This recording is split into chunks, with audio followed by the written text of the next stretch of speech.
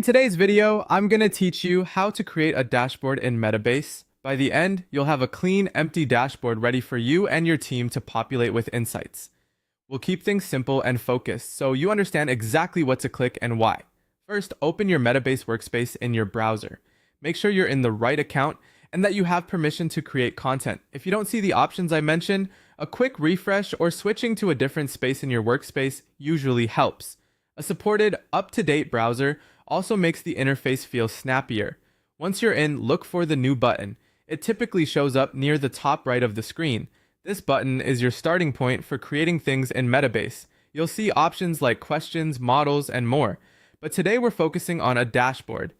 Think of a dashboard as a canvas where you'll arrange multiple visualizations and key numbers so they make sense at a glance. Go ahead and choose dashboard from the options. Selecting dashboard tells Metabase you want a container, not a single chart. This is the best way to group related metrics, track performance, or give stakeholders a single place to check in on progress. It's also great for organizing different perspectives like executive overviews or team-specific snapshots. Next, you'll be prompted to name your dashboard. In the name field, type highlight. This short, memorable name is a great example of a clean naming convention. In general, pick names that describe the purpose or audience, so people can find it later without guesswork. Keep names free of sensitive details and avoid using internal codes or anything that might confuse new teammates. If you see a description field, you can use it to explain what belongs here, but keep it concise and plain language. Now click Create. This confirms your setup and opens your brand new dashboard.